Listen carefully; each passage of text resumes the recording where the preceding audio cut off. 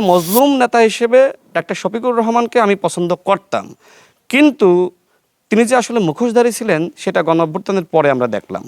তিনি সর্বপ্রথম বাংলাদেশে আওয়ামী লীগকে সাধারণ ক্ষমা ঘোষণা করেছেন, অর্থাৎ গণঅভ্যুত্থানের সাথে সর্বপ্রথম বেইমানি করেছে ডাক্তার শফিকুর রহমান।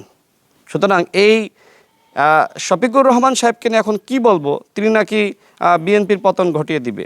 ডাক্তার শফিকুর রহমান তো জীবিতই ছিলেন, তাই না?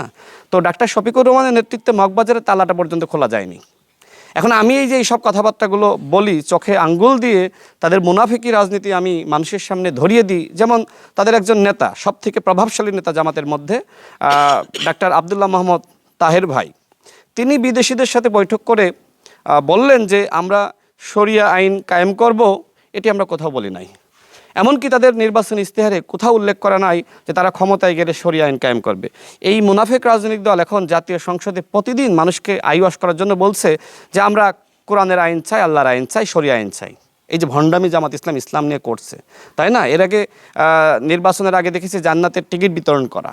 মানে কি করে নাই, মানে ক্ষমতায় আসার জন্য জামাত এমন কোনো অন্যায়, অপরাধ বা অপকর্ম বা মিথ্যাচার, ভণ্ডামি, মুনাফিকি বাকি ছিল না যে তারা করে নাই। কিন্তু এদেশের জনগণ তারা বুঝতে পেরেছে যে এই দেশের যতটুকু পরিবর্তন সেটা শহীদ প্রেসিডেন্ট জিয়া রহমানের হাত ধরে, এবং পরবর্তীতে দেশনেত্রী বেগম খালেদা জিয়ার হাত ধরে, এবং বর্তমানে বাংলাদেশে যদি পরিবর্তন হয় সেইটা হবে বর্তমান প্রধানমন্ত্রী জনাব তারেক রহমানের নেতৃত্বে। আমি এদেশের জনগণকে বলবো যে বাংলাদেশে যদি পরিবর্তন হয় সেটা জনাব তারেক রহমানের হাত ধরেই হবে। নাহিদ ইসলাম তিনি আসলে গণঅভ্যুত্থান পর্যন্ত তিনি সঠিক পথেই ছিলেন, কিন্তু যে সময় জামাতের ফাঁদে পা দিয়েছেন তিনি আসলে বিপদগামী হয়েছেন। খবরের কাগজ, নিখাদ, নির্ভীক, নিরপেক্ষ।